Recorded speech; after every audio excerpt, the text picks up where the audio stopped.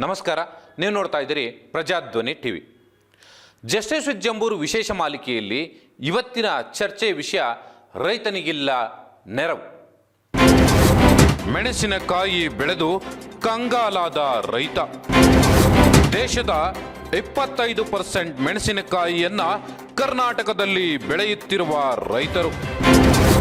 ರಾಜ್ಯದಲ್ಲಿ 3.25 ಲಕ್ಷ ಎಕರೆಯಲ್ಲಿ ಮೆಣಸು ಬೆಳೆದ ರೈತ. ಪ್ರತಿ ಎಕರೆಗೆ 1 ರಿಂದ 1.5 ಲಕ್ಷ ಖರ್ಚು ಮಾಡುವ ರೈತ. ಮೆಣಸಿನಕಾಯಿ ಬೆಲೆ 50% ಕುಸಿತ. ಸರ್ಕಾರದ ನೆರವಿಗಾಗಿ ರೈತರ ಅಹವಾಲು. ಬೆಂಬಲ ಬೆಲೆಗಾಗಿ ರಾಜ್ಯದ ರೈತರ ಆಗ್ರಹ. ಕರ್ನಾಟಕದಲ್ಲಿ ಇಡೀ ದೇಶದಲ್ಲಿ ಬೆಳೆಯುವಂತಹ ಮೆಣಸಿನಕಾಯಿಗೆ ಸುಮಾರು 25% ಬೆಳೆಯನ್ನು ಕರ್ನಾಟಕ ಒಂದರಲ್ಲೇ ಬೆಳೆಯುತ್ತಾರೆ. ನಿಮಗೆಲ್ಲ ಗೊತ್ತಿರೋ ಹಾಗೆ ಇಡೀ ಕರ್ನಾಟಕದ ಬ್ಯಾಡಗಿ ಮೆಣಸಿನಕಾಯಿ ವರ್ಲ್ಡ್ ಫೇಮಸ್ ಅಂದರೂ ಕೂಡ ತಪ್ಪಾಗಲಿಕ್ಕಿಲ್ಲ. ಇಡೀ ಭಾರತದ ಮೆಣಸಿನಕಾಯಿ ಮಾರುಕಟ್ಟೆಯನ್ನು ತೆಗೆದುಕೊಂಡು ನೋಡಿದ್ರೆ ಒಂದು ಬ್ಯಾಡಗಿ ಮೆಣಸಿನಕಾಯಿ, ಮತ್ತೊಂದು ಕಡೆ ಗುಂಟೂರು ಮೆಣಸಿನಕಾಯಿ, ಈ ಎರಡು ಮಾರುಕಟ್ಟೆ ಇಡೀ ದೇಶದಲ್ಲಿ ಅತ್ಯಂತ ಹೆಸರುವಾಸಿಯಾಗಿರ್ತಕ್ಕಂಥ ಮಾರುಕಟ್ಟೆ ವ್ಯವಸ್ಥೆ. ಇದರ ಜೊತೆಯಲ್ಲಿ ಈ ಭಾಗದ ಮೆಣಸಿನಕಾಯಿಗೆ ಇಡೀ ವಿಶ್ವದಲ್ಲಿ ಅತ್ಯಂತ ಬೇಡಿಕೆ ಇದೆ ಅಂದರೂ ಕೂಡ ತಪ್ಪಾಗಲಿಕ್ಕಿಲ್ಲ. ಆದರೆ ಈ ವರ್ಷ ಅದ್ಯಾಕೋ ಗೊತ್ತಿಲ್ಲ, ಮೆಣಸಿನಕಾಯಿಯ ದರ ಸಂಪೂರ್ಣವಾಗಿ ಕುಸಿದು ಹೋಗಿದೆ. 50%. ಅದು ಎಷ್ಟು ಅಂದರೆ 10%. ಇವತ್ತು ಆ ಮಾರುಕಟ್ಟೆಯ ದರ ಸಂಪೂರ್ಣವಾಗಿ ಕುಸಿದು ಹೋಗಿದೆ. ಕಾರಣ ಏನು ಅಂತ ನೋಡ್ತಾ ಹೋದರೆ, ಕರ್ನಾಟಕದಲ್ಲಿ ಕಳೆದ ಬಾರಿ ಮೆಣಸಿನಕಾಯಿಯ ಧಾರಣೆ ಅತಿ ಹೆಚ್ಚಾಗಿತ್ತು. ಸೊ ಹಾಗಾಗಿ ಆ ಸ್ಟಾಕ್ ಇನ್ನೂ ಕೂಡ ಇದೆ. ಆ ಕಾರಣಕ್ಕಾಗಿ ಈ ಬಾರಿ ದರ ಕಡಿಮೆ ಆಗಿದೆ ಅನ್ನುವಂಥ ಮಾತುಗಳು ಮಾರುಕಟ್ಟೆ ವ್ಯಾಪ್ತಿಯಲ್ಲಿ ಕೇಳಿ ಬರ್ತಾ ಇರುವಂಥದ್ದು. ಮತ್ತೊಂದು ಕಡೆಯಲ್ಲಿ ಮಳೆಯ ಏರುಪೇರಿನಿಂದಾಗಿ ಈ ವರ್ಷ ಆಗಿರ್ತಕ್ಕಂಥ ಮಳೆಯ ಪ್ರಮಾಣದ ಏರುಪೇರಿನ ಕಾರಣಕ್ಕಾಗಿ ರೈತನಿಗೆ ಈ ಬಾರಿ ಮೆಣಸಿನಕಾಯಿಗೆ ಕೊಳೆ ರೋಗ ಅಂಟಿಕೊಂಡಂಥ ಕಾರಣಕ್ಕಾಗಿ ಮೆಣಸಿನಕಾಯಿಯ ಇಳುವರಿ ಈ ಬಾರಿ ಕಡಿಮೆ ಆಗಿದೆ.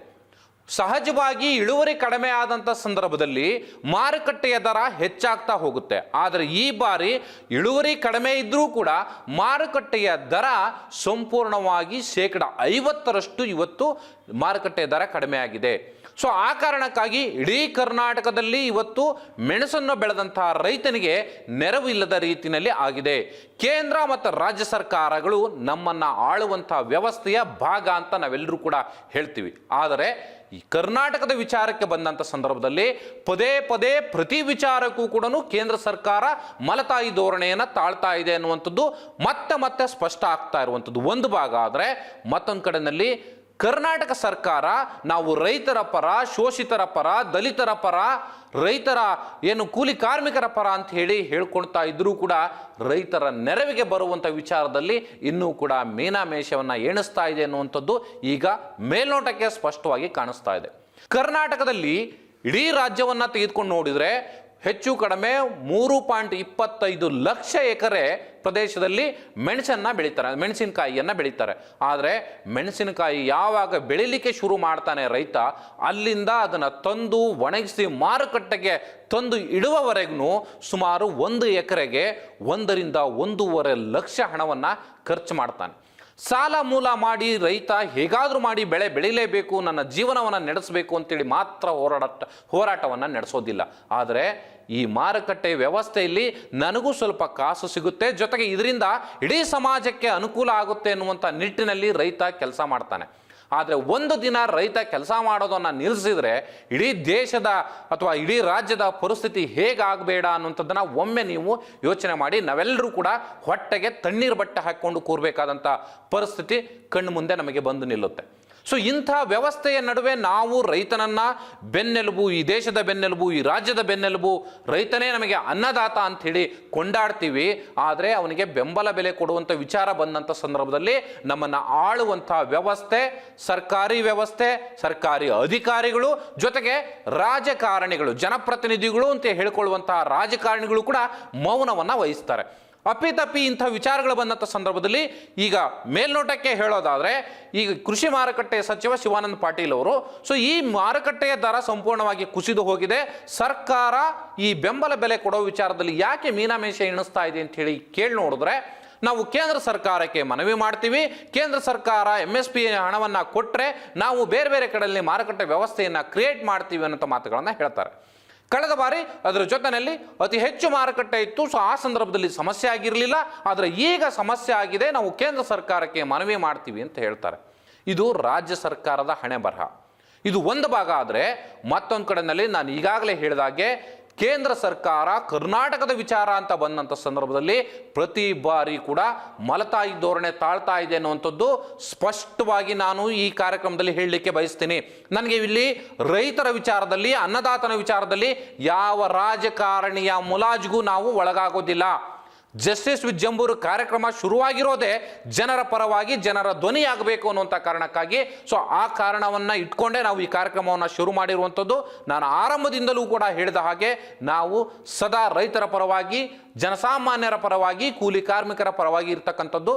ಸೊ ಆ ಕಾರಣಕ್ಕಾಗಿ ಇವತ್ತು ನೇರವಾಗಿ ಹೇಳ್ತಾ ಇದ್ದೀನಿ, ಕೇಂದ್ರ ಸರ್ಕಾರದ ಯಾವ ಸಚಿವರಿಗೂ ಕೂಡ ರೈತರ ಪರವಾದಂಥ ನಿಲುವುಗಳು ಇಲ್ಲ. ಅದು ಇಡೀ ಕೇಂದ್ರ ಸರ್ಕಾರದ ಸಚಿವರು ಮಾತ್ರ ಅಲ್ಲ, ಕರ್ನಾಟಕದಿಂದ ಹೋಗಿ ಈಗಾಗಲೇ ಕೇಂದ್ರದ ಸಚಿವರಾಗಿರ್ತಕ್ಕಂಥ ಶೋಭಾ ಕರಂದ್ಲಾಜೆ ಅವರು ಇರ್ಬೋದು, ಅಥವಾ ಏನು ರೈತರ ಪರವಾಗಿ ಮಾತಾಡುವಂಥ ರೈತರ ಪಕ್ಷ ಅಂತ ಹೇಳ್ಕೊಳ್ಳತಕ್ಕಂಥ JDS ನಾಯಕರು, ಜೊತೆಗೆ ಕೇಂದ್ರದ ಸಚಿವರಾಗಿರ್ತಕ್ಕಂಥ ಕುಮಾರಸ್ವಾಮಿ ಅವರು ಇರ್ಬೋದು, ವಿ ಸೋಮಣ್ಣ ಅವರು ಇರ್ಬೋದು, ಜೊತೆಗೆ ಪ್ರಹ್ಲಾದ್ ಜೋಶಿ ಅವರು ಸೇರಿದಂತೆ ನಾನು ಮೂರೂ ಪಕ್ಷದ ನಾಯಕರನ್ನು ಇಟ್ಕೊಂಡು ಹೇಳ್ತೀನಿ. ಕೇಂದ್ರದಲ್ಲಿ ಮಲ್ಲಿಕಾರ್ಜುನ ಖರ್ಗೆ ಕಾಂಗ್ರೆಸ್ ಪಕ್ಷದ ನಾಯಕರಿದ್ದಾರೆ, ಅಥವಾ AICC ಅಧ್ಯಕ್ಷರಿದ್ದಾರೆ. ಅವರೂ ಕೂಡ ಕೇಂದ್ರದಲ್ಲಿ ಪ್ರಭಾವಿ ನಾಯಕರೇ. ಅಧಿಕಾರ ಇಲ್ಲದೆ ಇರಬಹುದು, ಆದರೆ ಪ್ರತಿಪಕ್ಷ ಸ್ಥಾನದಲ್ಲಿ ಇರ್ತಕ್ಕಂಥ ಒಂದು ಪಕ್ಷದ ನಾಯಕರಾಗಿ ಕೇಂದ್ರ ಸರ್ಕಾರದ ಕಿವಿ ಹಿಂಡಿ ರಾಜ್ಯದ ಜನರಿಗೆ ನ್ಯಾಯ ಕೊಡಿಸಬೇಕಿತ್ತು ಇವತ್ತು. ಆದರೆ ಇಲ್ಲಿ ಪಾರ್ಟಿ ಪಕ್ಷ ಅನ್ನುವಂಥದ್ದು ನಾನು ನೋಡೋದಿಲ್ಲ. ಯಾಕೆ ಅಂತ ಹೇಳಿದ್ರೆ ಎಲ್ಲ ರಾಜಕಾರಣಿಗಳು ಇವತ್ತು ರೈತರನ್ನ ಬಲಿ ಕೊಡುವಂಥ ವ್ಯವಸ್ಥೆಯನ್ನೇ ಕ್ರಿಯೇಟ್ ಮಾಡ್ತಾ ಇದ್ದಾರೆ ಹೊರತು ರೈತರ ನೆರವಿಗೆ ಬರುವಂಥ ಯಾವ ಕೆಲಸಗಳನ್ನು ಮಾಡ್ತಾ ಇಲ್ಲ. ಯಾಕೆ ನಾನು ಈ ಮಾತನ್ನ ಕಠೋರವಾಗಿ, ನಿಷ್ಠುರವಾಗಿ, ನಿಷ್ಪಕ್ಷಪಾತವಾಗಿ ನಾನು ಹೇಳ್ತಾ ಇದ್ದೀನಿ ಅಂದರೆ, ನೆರೆಯ ಆಂಧ್ರದ ವಿಚಾರವನ್ನು ನಿಮ್ಮ ಮುಂದೆ ಇಡ್ತೀನಿ. ಅಲ್ಲಿ ಹೇಗೆ ನಡೀತಾ ಇದೆ ವ್ಯವಸ್ಥೆ ಅನ್ನುವಂಥದ್ದು. ಗುಂಟೂರಿನ ಮೆಣಸಿನಕಾಯಿ ಏನು ಹೇಗೆ ಬೆಲೆ ಇದೆಯೋ ಇಲ್ಲಿ ಕರ್ನಾಟಕದಲ್ಲಿ ಏನು ಬ್ಯಾಡಗಿ ಮೆಣಸಿನಕಾಯಿಗೂ ಕೂಡ ಅಷ್ಟೇ ಬೆಲೆ ಇದೆ. ಒಂದು 500 ರೂಪಾಯಿ ಹೆಚ್ಚು ಕಡಿಮೆ ಇರಬಹುದು ಎರಡೂ ಮಾರುಕಟ್ಟೆಯನ್ನು ತೆಗೆದುಕೊಂಡು ನೋಡಿದ್ರೆ. ಇಡೀ ಭಾರತದಲ್ಲಿ ಗುಂಟೂರು ಮೆಣಸಿನಕಾಯಿ ಮತ್ತು ಬ್ಯಾಡಗಿ ಮೆಣಸಿನಕಾಯಿಗೆ ಅಷ್ಟೇ ವ್ಯಾಲ್ಯೂ ಇರ್ತಕ್ಕಂಥದ್ದು. ಬೇರೆ ಬೇರೆ ಪ್ರದೇಶದಲ್ಲಿ ಇರ್ತಕ್ಕಂಥ ಏನು ಮಾರುಕಟ್ಟೆಯಲ್ಲೂ ಕೂಡ ನೀವು ತೆಗೆದುಕೊಂಡು ನೋಡಿದ್ರೆ ಸೇಮ್ ಇದೇ ರೀತಿಯ ವ್ಯವಸ್ಥೆ ಇರ್ತಕ್ಕಂಥದ್ದು. ಆದರೆ ಆಂಧ್ರದಲ್ಲಿ ನಿಮಗೆ ಕಳೆದ ಬಾರಿ ಎಲ್ಲವನ್ನು ಹೋಲಿಸ್ಕೊಂಡು ಇಡೀ ಭಾರತದ ವ್ಯವಸ್ಥೆಯನ್ನು ನೋಡಿದ್ರೆ ಒಂದು ಕ್ವಿಂಟಾಲ್ಗೆ ಹೆಚ್ಚು ಕಡಿಮೆ ಒಂದು 38,000 ಬೆಲೆ ಇತ್ತು ಒಂದು ಕ್ವಿಂಟಾಲ್ ಮೆಣಸಿನಕಾಯಿಗೆ. ಆದರೆ ಇವತ್ತು ಅದೇ ಮೆಣಸಿನಕಾಯಿಗೆ 11,000 ಕ್ವಿಂಟಾಲ್ಗೆ. ಅಂದರೆ ಬ್ಯಾಡಗಿ ಮೆಣಸಿನಕಾಯಿಗೆ ನಾನು ಹೇಳ್ತಾ ಇರ್ತಕ್ಕಂಥದ್ದು. ಆದರೆ ಗುಂಟೂರಿಗೆ 11,781 ರೂಪಾಯಿ ಇದೆ ಇವತ್ತಿನ ಮಾರುಕಟ್ಟೆ ವ್ಯವಸ್ಥೆ ಕ್ವಿಂಟಾಲ್ಗೆ. ಆದರೆ ಕರ್ನಾಟಕದಲ್ಲಿ ಯಾವ ರಾಜಕಾರಣಿಗಳು ಕೂಡ ಅದು ಪಕ್ಷಭೇದವನ್ನು ಮರೆತು ರೈತರ ಪರವಾಗಿ ನಾವು ನಿಲ್ತೀವಿ ಅಂತೇಳಿ ಬರಲಿಕ್ಕೆ ಯಾರೂ ಕೂಡ ಸಿದ್ಧರಿಲ್ಲ. ಮಾಧ್ಯಮಗಳು ಯಾರಾದರೂ ಪ್ರಶ್ನೆ ಮಾಡಿದರೆ ನಾವು ಇದನ್ನು ಮನವಿ ಮಾಡಿದ್ದೀವಿ ಅಥವಾ ನಿಭಾಯಿಸ್ತೀವಿ ಅಂತ ಹಾರಿಕೆ ಉತ್ತರಗಳನ್ನು ಕೊಡ್ತಾರೆ. ಆದರೆ ಕೇಂದ್ರ ಸರ್ಕಾರದ ಜೊತೆಯಲ್ಲಿ ಕೈ ಜೋಡಿಸಿಕೊಂಡು ಈಗಾಗಲೇ ಆಂಧ್ರದಲ್ಲಿರ್ತಕ್ಕಂಥ ಚಂದ್ರಬಾಬು ನಾಯ್ಡು ಅವರು ಮುಖ್ಯಮಂತ್ರಿಗಳೇನಿದ್ದಾರೆ, ಆಂಧ್ರ ಪ್ರದೇಶದ ಮುಖ್ಯಮಂತ್ರಿ, ಇವರು ಆಂಧ್ರದ ಏನು ಮೆಣಸಿನಕಾಯಿ ಮಾರುಕಟ್ಟೆ ಯಾವಾಗ ಕುಸಿದು ಬಿತ್ತೋ ತಕ್ಷಣ ಇವರು ಕೇಂದ್ರ ಸರ್ಕಾರದ ಮೇಲೆ ಒತ್ತಡವನ್ನು ಹೇರ್ತಾರೆ. ಅವರಿಗೆ ಬೆಂಬಲ ಬೆಲೆ ಕೊಡಬೇಕು ನಾವು, ಹಾಗಾಗಿ ಕೇಂದ್ರ ಸರ್ಕಾರ ಇಲ್ಲಿ ಮಧ್ಯಪ್ರವೇಶ ಮಾಡಬೇಕು ಅನ್ನೋಂಥ ಒತ್ತಾಯವನ್ನು ಮಾಡ್ತಾರೆ. ಒಂದೇ ಪಕ್ಷದ ಜೊತೆಯಲ್ಲಿ ಕೈ ಜೋಡಿಸ್ಕೊಂಡು ಹೋಗಿರ್ತಕ್ಕಂಥ ನಾಯಕರು ಇವತ್ತು ಕೇಂದ್ರ ಸರ್ಕಾರದ ಮೇಲೆ ಪಕ್ಷಭೇದವನ್ನು ಮರೆತು ರೈತರ ಪರವಾಗಿ ಚಂದ್ರಬಾಬು ನಾಯ್ಡು ಇರ್ಬೋದು ಅಥವಾ ಪವನ್ ಕಲ್ಯಾಣ್ ಇರ್ಬೋದು ರೈತರ ಧ್ವನಿಯಾಗಿ ನಿಲ್ತಾರೆ. ಸೊ ಹಾಗಾಗಿ 11,000 ಇದ್ದಂಥ ಮಾರುಕಟ್ಟೆಯ ಬೆಲೆ 781 ರೂಪಾಯಿ ಜಾಸ್ತಿ ಆಗುತ್ತೆ. ಅರ್ಥ ಮಾಡ್ಕೊಳ್ಳಿ ರೈತರಿಗೆ ಅಲ್ಲಿ ಎಷ್ಟರ ಮಟ್ಟಿಗೆ ನೆರವಾಯಿತು ಅಂತೇಳಿ ಒಂದು ಕ್ವಿಂಟಾಲ್ಗೆ ನಾನು ಹೇಳ್ತಾ ಇರುವಂಥದ್ದು. ಆದರೆ ಕರ್ನಾಟಕದಲ್ಲಿ ಏನು ಮಾಡ್ತಾ ಇದ್ರಿ ಸ್ವಾಮಿ ನೀವು ರಾಜಕಾರಣಿಗಳು? ಅದೇ 11,000 ರೂಪಾಯಿಗೆ ಇವತ್ತು ರೈತರು ಮೆಣಸಿನಕಾಯಿಯನ್ನು ಬೀದಿಗೆ ಬಿಸಾಕಿ ಹೋಗುವಂಥ ಪರಿಸ್ಥಿತಿಯನ್ನು ನೀವು ತಂದಿಡ್ತಾ ಇದ್ದೀರಿ. ರೈತ ಒಂದು ಎಕರೆಗೆ 1 ರಿಂದ 1.5 ಲಕ್ಷ ರೂಪಾಯಿ ಹಣವನ್ನು ಖರ್ಚು ಮಾಡಿ ಏನು ಮೆಣಸಿನಕಾಯಿಯನ್ನು ಬೆಳೆದ್ರೆ ಇವತ್ತು ಅದನ್ನು ಖರೀದಿ ಮಾಡಲಿಕ್ಕೆ ಇಲ್ಲಿ ಜನ ಇಲ್ಲ. ಇಲ್ಲಿ ಇನ್ನೊಂದು ವಿಚಾರ ಏನಂತಂದರೆ, ಮೆಣಸಿನಕಾಯಿಯನ್ನು ಇಟ್ಕೊಂಡು ಮಸಾಲೆ ಪದಾರ್ಥಗಳನ್ನು ತಯಾರು ಮಾಡುವಂಥ ಏನು ಕಂಪನಿಗಳಿದ್ದಾವೆ ಆ ಕಂಪನಿಗಳು ಕೂಡ ಇವತ್ತು ಬೇರೆ ಬೇರೆ ರಾಜ್ಯಗಳಿಂದ ಮೆಣಸಿನಕಾಯಿಯನ್ನು ಖರೀದಿ ಮಾಡ್ಕೊಂಡು ಬಂದು ಇಲ್ಲಿ ಮಸಾಲೆ ತಯಾರು ಮಾಡ್ತಾರೆ. ಆದರೆ ಕರ್ನಾಟಕದ ರೈತರ ನೆರವಿಗೆ ನಿಲ್ಲುವಂಥ ವಿಚಾರದಲ್ಲಿ ಮೀನಮೇಷ ಎಣಿಸ್ತಾರೆ. ಸೊ ಇದು ರೈತರ ಪರಿಸ್ಥಿತಿ. ಸೊ ಹೀಗಿರುವಂಥ ಸಂದರ್ಭದಲ್ಲಿ ಅನ್ನದಾತನಾಗಿರ್ತಕ್ಕಂಥ ರೈತ ಹೇಗೆ ಬದುಕಬೇಕು? ಅವನ ಸಾಲ ಮೂಲ ಮಾಡಿ ರೈತ ಬೆಳೆದು ಅವನ ಬೆಳೆಗೆ ಬೆಂಬಲ ಬೆಲೆ ಸಿಕ್ಕೋದಿಲ್ಲ, ಒಂದು ಸರಿಯಾದ ರೀತಿಯ ಮಾರುಕಟ್ಟೆ ವ್ಯವಸ್ಥೆ ಇಲ್ಲ ಅನ್ನೋದಾದರೆ ಆತ ಹೇಗೆ ಜೀವನ ನಡೆಸಬೇಕು, ಅವನ ಕುಟುಂಬಗಳು ಹೇಗೆ ಜೀವನ ನಡೆಸಬೇಕು? ಒಮ್ಮೆ ನೀವೆಲ್ಲರೂ ಕೂಡ ಅನ್ನ ತಿನ್ನುವಂಥ ಜನರಾಗಿ, ಆತನ ಋಣದಲ್ಲಿರ್ತಕ್ಕಂಥವರಾಗಿ ನಾವೆಲ್ಲರೂ ಕೂಡ ಯೋಚನೆ ಮಾಡಲೇಬೇಕು. ಸೊ ಆ ಕಾರಣಕ್ಕೆ ನಾನು ಇವತ್ತು ಈ ಕಾರ್ಯಕ್ರಮದಲ್ಲಿ ಈ ವಿಚಾರವನ್ನು ತೆಗೆದುಕೊಂಡು ಬಂದಿರುವಂಥದ್ದು. ಇಲ್ಲಿ 11,000 ಮಾರುಕಟ್ಟೆ ವ್ಯವಸ್ಥೆಯಲ್ಲಿ ಆಂಧ್ರದಲ್ಲಿರ್ತಕ್ಕಂಥ ರಾಜಕಾರಣಿಗಳು, ಮುಖ್ಯಮಂತ್ರಿ ಚಂದ್ರಬಾಬು ನಾಯ್ಡು ಇರ್ಬೋದು ಅಥವಾ ಉಪಮುಖ್ಯಮಂತ್ರಿ ಪವನ್ ಕಲ್ಯಾಣ್ ಇರ್ಬೋದು, ಕೇಂದ್ರ ಸರ್ಕಾರಕ್ಕೆ ಮನವಿ ಮಾಡಿ ಅವರಿಗೆ ಒತ್ತಡವನ್ನು ತಂದು ಬೆಂಬಲ ಬೆಲೆಯನ್ನು ಅಥವಾ ನೆರವನ್ನು ಪಡೆಯುತ್ತಾರೆ. ಆದರೆ ಕರ್ನಾಟಕದಲ್ಲಿರ್ತಕ್ಕಂಥ ರಾಜಕಾರಣಿಗಳು ಅದ್ರ ಯಾವ ಮುಲಾಜಿಗೂ ಹೋಗದೇನೆ ನಮಗೂ ಅದಕ್ಕೂ ಸಂಬಂಧವೇ ಇಲ್ಲ ಅನ್ನೋ ರೀತಿಯಲ್ಲಿ ವರ್ತಿಸ್ತಾ ಇದ್ದಾರೆ. ಈಗ ಬಿಜೆಪಿ ಜೊತೆಯಲ್ಲಿ ಕೈ ಜೋಡಿಸಿರ್ತಕ್ಕಂಥ ಕುಮಾರಸ್ವಾಮಿ ಅವರು ಆದರೂ ಕೂಡ ಈ ವಿಚಾರವಾಗಿ ನಾನು ರೈತರ ಪರ ಅಥವಾ ರೈತ ನಾಯಕ ಅಂತ ಹೇಳ್ಕೊಳ್ಳೋಕೆ ಹೊರಡ್ತಾರೆ. ಆದರೆ ಕೇಂದ್ರ ಸರ್ಕಾರಕ್ಕೆ ಈ ವಿಚಾರವನ್ನು ಗಮನ ತರುವಂಥದ್ದಾಗಲಿ ಅಥವಾ ರಾಜ್ಯ ಸರ್ಕಾರ ಇವತ್ತು ಎಡುತ್ತಾ ಇದೆ, ರೈತರ ಪರವಾಗಿ ನಿಲ್ತಾ ಇಲ್ಲ. ಸೊ ಹಾಗಾಗಿ ನಾನು ನಿಮ್ಮ ಜೊತೆ ನಿಲ್ತೀನಿ ಅನ್ನುವಂಥ ಮಾತುಗಳನ್ನು ಆಡುವಂಥ ವಿಚಾರದಲ್ಲಿ ಮುಂದೆ ಬರ್ತಾ ಇಲ್ಲ. ಇನ್ನು ಬಿಜೆಪಿ ಸರ್ಕಾರದಲ್ಲಿ ಕೇಂದ್ರದ ಸಚಿವರಾಗಿರ್ತಕ್ಕಂಥವರು ಈಗಾಗಲೇ ನಾನು ಹೇಳಿದಾಗೆ ಪ್ರಹ್ಲಾದ್ ಜೋಶಿ ಇರ್ಬೋದು, ವಿ ಸೋಮಣ್ಣ ಅವರು ಇರ್ಬೋದು ಅಥವಾ ಶೋಭಾ ಕರಂದ್ಲಾಜೆ ಅವರು ಇರ್ಬೋದು. ಸೊ ಈ ನಾಯಕರುಗಳಿಗೆ ಏನಾಗಿದೆ? ರಾಜ್ಯದ ವಿಚಾರಗಳು ಇವರು ಯಾರಿಗೂ ಕೂಡ ಗೊತ್ತೇ ಇಲ್ವಾ? ಇಡೀ ರೈತ ಕುಲ ಇವತ್ತು ಸಂಕಷ್ಟದಲ್ಲಿ ಬದುಕ್ತಾ ಇದೆ. ಏನು ಮೆಣಸಿನಕಾಯಿಯನ್ನು ಬೆಳೆದಂಥ ರೈತರಿಗೆ ಇವತ್ತು ಬೆಂಬಲ ಬೆಲೆ ಸಿಗ್ತಾ ಇಲ್ಲ ಅಥವಾ ನಿಜವಾದಂಥ ಬೆಲೆ ಸಿಗ್ತಾ ಇಲ್ಲ. ಇನ್ನು ಬೆಂಬಲ ಬೆಲೆ ಮಾತು ಎಲ್ಲಿಂದ ಹೋಯ್ತು? ಸೊ ಹಾಗೆ ಸರ್ಕಾರದಿಂದ ನಾವು ಬೆಂಬಲ ಬೆಲೆಯನ್ನು ಕೊಡಬೇಕು, ಇದಕ್ಕೊಂದು ಮಾರುಕಟ್ಟೆ ವ್ಯವಸ್ಥೆಯನ್ನು ಕ್ರಿಯೇಟ್ ಮಾಡಬೇಕು ಅನ್ನುವಂಥ ಕನಿಷ್ಠ ಜ್ಞಾನ ಕೂಡ ಈ ನಾಯಕರಿಗಿಲ್ಲ ಅನ್ನೋದಾದರೆ ಇವರು ನಿಜಕ್ಕೂ ರೈತರ ಋಣದಲ್ಲಿದ್ದಾರಾ ಅಥವಾ ಏನು ನಾವು ದುಡ್ಡು ಕೊಟ್ಟು ಬಿಟ್ರೆ ಹೇಗೆ ಬಿದ್ದರೂ ಕೂಡ ಗೆದ್ದು ಬಿಡ್ತೀವಿ ಅನ್ನೋಂಥ ಭ್ರಮೆಯಲ್ಲಿದ್ದಾರಾ ಅನ್ನುವಂಥದ್ದು ಈ ಮೂಲಭೂತವಾದಂಥ ಪ್ರಶ್ನೆ. ರೈತರ ಪರವಾಗಿ ನಾವು ಊಟ ಮಾಡುವಂಥದ್ದು ಅದೇ ರೈತ ಬೆಳೆದಂಥ ಬೆಳೆಯನ್ನೇ. ಆದರೆ ನಾವು ಇವತ್ತು ರೈತನ ಋಣ ತೀರಿಸುವಂಥ ವಿಚಾರ ಬಂದಂಥ ಸಂದರ್ಭದಲ್ಲಿ ನನಗೂ ಅದಕ್ಕೂ ಸಂಬಂಧವೇ ಇಲ್ಲ ಅನ್ನೋ ರೀತಿಯಲ್ಲಿ ವರ್ತಿಸುವಂಥ ರೀತಿ ಇದೆಯಲ್ಲ, ನಿಜಕ್ಕೂ ಇದು ಹೇಯ ಮತ್ತು ನಾಚಿಕೆಗೇಡಿನ ಸಂಗತಿ ಅಂತ ಹೇಳಲಿಕ್ಕೆ ನಾನು ಬಯಸ್ತಿದ್ದೀನಿ. ಯಾಕೆ ಅಂತಂದರೆ ಯಾವುದೇ ಒಬ್ಬ ರೈತ ನೆರವು ಸಿಕ್ಕಂಥ ಸಂದರ್ಭದಲ್ಲಿ ಮಾತ್ರ ಬದುಕಲಿಕ್ಕೆ ಸಾಧ್ಯ, ಇಲ್ಲದೆ ಹೋದರೆ ಸಾಲದ ಶೂಲದಲ್ಲಿ ಸಿಲುಕಿ ಸಾಯಬೇಕಾದಂಥ ಪರಿಸ್ಥಿತಿ ಇವತ್ತು ಬಂದು ನಿಂತಿದೆ. 1 ರಿಂದ 1.5 ಲಕ್ಷ ನೀವು 1 ಎಕರೆಗೆ ಖರ್ಚು ಮಾಡಿ ಕೊನೆಗೆ ಅವನಿಗೆ ಸಿಗಬೇಕಾದಂಥ ಏನು 1 ಕ್ವಿಂಟಾಲ್ಗೆ ಹಬ್ಬ ಅಂದರೆ ಎಷ್ಟು? 1 ಎಕರೆ ಪ್ರದೇಶದಲ್ಲಿ ನೀವು ಎಷ್ಟು ಬೆಳಿತೀರಿ ಮೆಣಸಿನಕಾಯಿಯನ್ನು? ಸೊ ಅವೆಲ್ಲವನ್ನು ನೀವು ಲೆಕ್ಕ ಹಾಕಿ ತುಲನೆ ಮಾಡಿ ನೋಡಿದ್ರೆ ಏನು ಈಗ ಬಳ್ಳಾರಿ ಇರ್ಬೋದು, ರಾಯಚೂರು ಇರ್ಬೋದು, ಕಲಬುರಗಿ ಈ ಪ್ರದೇಶದಲ್ಲಿ 1 ಹೆಕ್ಟೇರ್ಗೆ 3 ಹಬ್ಬ ಅಂದರೆ 3 ರಿಂದ 4 ಕ್ವಿಂಟಾಲು 1 ಹೆಕ್ಟೇರ್ಗೆ ಮೆಣಸನ್ನು ಬೆಳಿಬೋದು. ಇನ್ನು ಧಾರವಾಡ, ಗದಗ, ಹಾವೇರಿ ಈ ಭಾಗದಲ್ಲಿ ಅಥವಾ ಈ ಮಧ್ಯ ಕರ್ನಾಟಕದಲ್ಲಿ ಇರತಕ್ಕಂಥ ಜಿಲ್ಲೆಗಳಲ್ಲಿ ನೋಡಿದ್ರೆ ನಿಮಗೆ 1 ಹೆಕ್ಟೇರ್ಗೆ 1 ರಿಂದ 1.25 ಕ್ವಿಂಟಲ್ ಮೆಣಸನ್ನು ಬೆಳಿಬೋದು. ಸೊ 1 ಎಕರೆಗೆ 1.5 ಲಕ್ಷ ರೂಪಾಯಿ ಖರ್ಚು ಮಾಡುವಂಥ ರೈತನಿಗೆ ಹಾಗಾದರೆ ಬೆಲೆ ಎಲ್ಲಿ ಸಿಗುತ್ತೆ? ಲಾಭ ಎಲ್ಲಿ ಬರುತ್ತೆ? ರೈತ ಲಾಭ ಇಲ್ಲದೆ ಹೋದರೆ ಹೇಗೆ ಬದುಕಲಿಕ್ಕೆ ಸಾಧ್ಯ ಆಗುತ್ತೆ? ಸೊ ನಾವೆಲ್ಲ ಇದನ್ನು ಯೋಚನೆ ಮಾಡಬೇಕಲ್ವಾ? ಅದರಲ್ಲೂ ಅಧಿಕಾರಿಗಳು ಜೊತೆಗೆ ಈ ಕೃಷಿ ಇಲಾಖೆ ಇರ್ಬೋದು ಅಥವಾ ಕೃಷಿ ಇಲಾಖೆಯ ಮಾರುಕಟ್ಟೆಯ ವ್ಯವಸ್ಥೆಯನ್ನು ನೋಡಿಕೊಳ್ಳುವಂಥ ಅಧಿಕಾರಿಗಳಿರ್ಬೋದು ಅಥವಾ ಕೃಷಿ ಇಲಾಖೆಯನ್ನು ಅಥವಾ ಕೃಷಿ ಮಾರುಕಟ್ಟೆಯನ್ನು ವ್ಯವಸ್ಥೆಯನ್ನು ನೋಡಿಕೊಳ್ಳುವಂಥ ಉಸ್ತುವಾರಿ ಸಚಿವರು ಇರ್ಬೋದು. ಇವರೆಲ್ಲರಿಗೂ ಕೂಡ ಪರಿಜ್ಞಾನ ಇರಬೇಕು. ಜೊತೆಗೆ ಕೇಂದ್ರ ಸರ್ಕಾರದಲ್ಲಿ ಸಚಿವರಾಗಿದ್ದಂಥವರು ಕರ್ನಾಟಕದಲ್ಲಿ ಏನು ನಡೀತಾ ಇದೆ ಅನ್ನುವಂಥ ವಿಚಾರವೇ ಗೊತ್ತಿಲ್ಲದ ರೀತಿಯಲ್ಲಿ ನಡೆದುಕೊಂಡ್ರೆ ನಿಮಗೆ ನಿಜಕ್ಕೂ ಅನ್ನ ತಿಂದದ್ದನ್ನು ಅರಗಿಸಿಕೊಳ್ಳಲಿಕ್ಕೆ ಸಾಧ್ಯ ಆಗುತ್ತಾ ನಿಮಗೆ? ನಾನು ನೇರವಾಗಿ ಎಲ್ಲ ರಾಜಕಾರಣಿಗಳಿಗೂ ಇದನ್ನು ಪ್ರಶ್ನೆ ಮಾಡಲೇಬೇಕಾದಂಥ ಅನಿವಾರ್ಯತೆ ಇವತ್ತು. ಇಡೀ ಕರ್ನಾಟಕದ ಮೆಣಸಿನ ಮಾರುಕಟ್ಟೆ ಸಂಪೂರ್ಣವಾಗಿ ಕುಸಿದು ಹೋಗಿರುವಂಥ ಸಂದರ್ಭದಲ್ಲಿ ವರ್ಷಕ್ಕೆ ಅಂದರೆ ಅವರು ಸಿಗುವಂಥದ್ದೇ ವರ್ಷದ ಒಂದು ಹಂತದಲ್ಲಿ ಮಾತ್ರ ದುಡ್ಡನ್ನು ನೋಡಲಿಕ್ಕೆ ಸಾಧ್ಯ ಆಗುವಂಥದ್ದು ರೈತರು. ಸೊ ಬಂದಂಥ ಬೆಳೆಯನ್ನು ಮಾರುಕಟ್ಟೆಗೆ ತಂದು ನಿಲ್ಲಿಸಿದಂಥ ಸಂದರ್ಭದಲ್ಲಿ ಪ್ರತಿ ವರ್ಷ ನಿಮಗೆ 38,000 ಸಿಗ್ತಾ ಇದ್ದಂಥ ಬೆಳೆಗೆ ಈಗ ಇದ್ದಕ್ಕಿದ್ದಾಗೆ ಕೇವಲ 11,000 ಸಿಗ್ತಾ ಇದೆ ಅಂದರೆ ಆ ಮನುಷ್ಯ ಅಥವಾ ರೈತ ಹೇಗೆ ಬದುಕಲಿಕ್ಕೆ ಸಾಧ್ಯ ಆಗುತ್ತೆ? ತನ್ನ ಹೆಂಡತಿಯ ಮಕ್ಕಳನ್ನು ಹೇಗೆ ಖುಷಿಯಾಗಿ ನೋಡ್ಕೊಳ್ಳಿಕ್ಕೆ ಸಾಧ್ಯ ಆಗುತ್ತೆ? ಏನು ತಮ್ಮ ಮಕ್ಕಳನ್ನು ಒಂದು ಒಳ್ಳೆಯ ರೀತಿಯಲ್ಲಿ ಬೆಳೆಸಲಿಕ್ಕೆ ಒಂದು ಉನ್ನತ ಒಂದು ಶಿಕ್ಷಣವನ್ನು ನೀಡಲಿಕ್ಕೆ ಹೇಗೆ ಸಾಧ್ಯ ಆಗುತ್ತೆ? ಯೋಚನೆ ಮಾಡಿ ಸ್ವಲ್ಪ.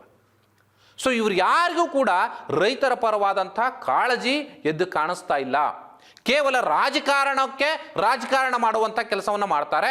ಎಲ್ಲರೂ ಕೂಡ ಒಂದೇ ತಟ್ಟೆಯಲ್ಲಿ ಊಟ ಮಾಡುವ ರೀತಿಯಲ್ಲಿ ವರ್ತಿಸ್ತಾ ಇರುವಂಥದ್ದು ಇಲ್ಲಿ ಸ್ಪಷ್ಟವಾಗಿ ಗೋಚರಿಸುತ್ತೆ. ಜನರು ಹೇಗಿದ್ರೂ ಕೂಡ ಚುನಾವಣೆ ಸಂದರ್ಭದಲ್ಲಿ ನಾವು ಹಣ ಖರ್ಚು ಮಾಡಿದ್ರೆ ಅಥವಾ ಯಾವುದೋ ಆಸೆ ಆಮಿಷಗಳನ್ನು ತೋರಿಸಿ ಗೆದ್ದು ಬಿಟ್ರೆ ಮುಗಿಯಿತು, ಅಲ್ಲಿಗೆ ನಮ್ಮ ಕೆಲಸ ಮುಗಿದು ಹೋಯ್ತು. ಆದರೆ ನೆಕ್ಸ್ಟ್ ಅಧಿಕಾರದಲ್ಲಿದ್ದಂಥ ಸಂದರ್ಭದಲ್ಲಿ ಕೇವಲ ಭ್ರಷ್ಟಾಚಾರ ನಡೆಸುವಂಥದ್ದು ಅಥವಾ ತಮ್ಮ ಮನೆಯನ್ನು ಉದ್ಧಾರ ಮಾಡಿಕೊಳ್ಳುವಂಥದ್ದು, ತಮ್ಮ ಏನು ಕುಲಬಾಂಧವರು ಅಥವಾ ತಮ್ಮ ಸುತ್ತಮುತ್ತ ಇರ್ತಕ್ಕಂಥ ಪಟಾಲಂ ಏನಿದೆ ಅವುಗಳನ್ನು ಮಾತ್ರ ಉದ್ಧಾರ ಮಾಡಿಕೊಂಡ್ರೆ ಸಾಕು. ಜನಸಾಮಾನ್ಯರು ಹೇಗಿದ್ರೂ ಕೂಡ ಬದುಕಿ ಬಿಡುತ್ತಾರೆ. ಅವ್ರ ಪಾಡ ಅವ್ರದ್ದು, ನಮ್ಮ ಪಾಡ ನಮ್ಮದು ಅನ್ನುವಂಥ ಮನೋಸ್ಥಿತಿ ಇದೆಯಲ್ಲ, ಇದು ನಿಜಕ್ಕೂ ಜನ ಈ ವ್ಯವಸ್ಥೆಯ ವಿರುದ್ಧ ತಿರುಗಿ ಬೀಳುವಂಥ ಒಂದು ವಾತಾವರಣವನ್ನು ನೀವು ರಾಜಕಾರಣಿಗಳು, ಅಧಿಕಾರಿಗಳು ನಿಮ್ಮ ಜವಾಬ್ದಾರಿಗಳನ್ನು ಮರೆತು ನಡೆದುಕೊಳ್ಳುತ್ತಾ ಇರುವಂಥ ಕಾರಣಕ್ಕಾಗಿ ನೀವೇ ಸೃಷ್ಟಿ ಮಾಡುವಂಥ ವ್ಯವಸ್ಥೆ.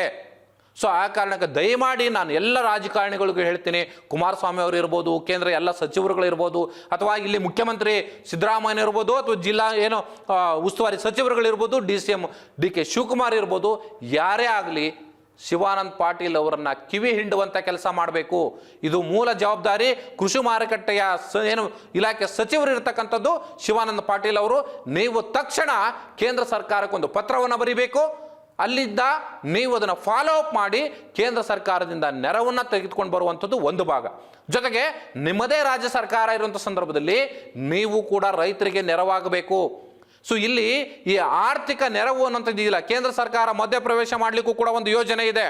ಸೊ ಅದನ್ನು ವೈಜ್ಞಾನಿಕವಾದಂಥ ಒಂದು ಬೆಂಬಲ ಬೆಲೆಯನ್ನು ಕೊಡುವಂಥ ಕೆಲಸವನ್ನು ಅಧಿಕಾರಿಗಳು ಜೊತೆಗೆ ಜನಪ್ರತಿನಿಧಿಗಳು ಕೂತು ಚರ್ಚೆ ಮಾಡಿ ಒಂದು ನಿರ್ಧಾರಕ್ಕೆ ಬರಲೇಬೇಕಾಗುತ್ತೆ. ಬ್ಯಾಡಗಿ ಮೆಣಸಿನಕಾಯಿಗೆ ನಾವು ಅತಿ ಹೆಚ್ಚು ಬೇಡಿಕೆ ಇದೆ ಇಡೀ ವಿಶ್ವದಲ್ಲಿ ನೋಡಿದ್ರೆ.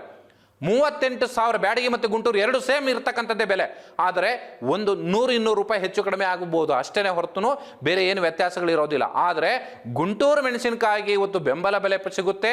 ಜೊತೆಗೆ ಅಲ್ಲಿಯ ಸರ್ಕಾರ ರೈತರ ಪರವಾಗಿ ನಿಲ್ಲುತ್ತೆ.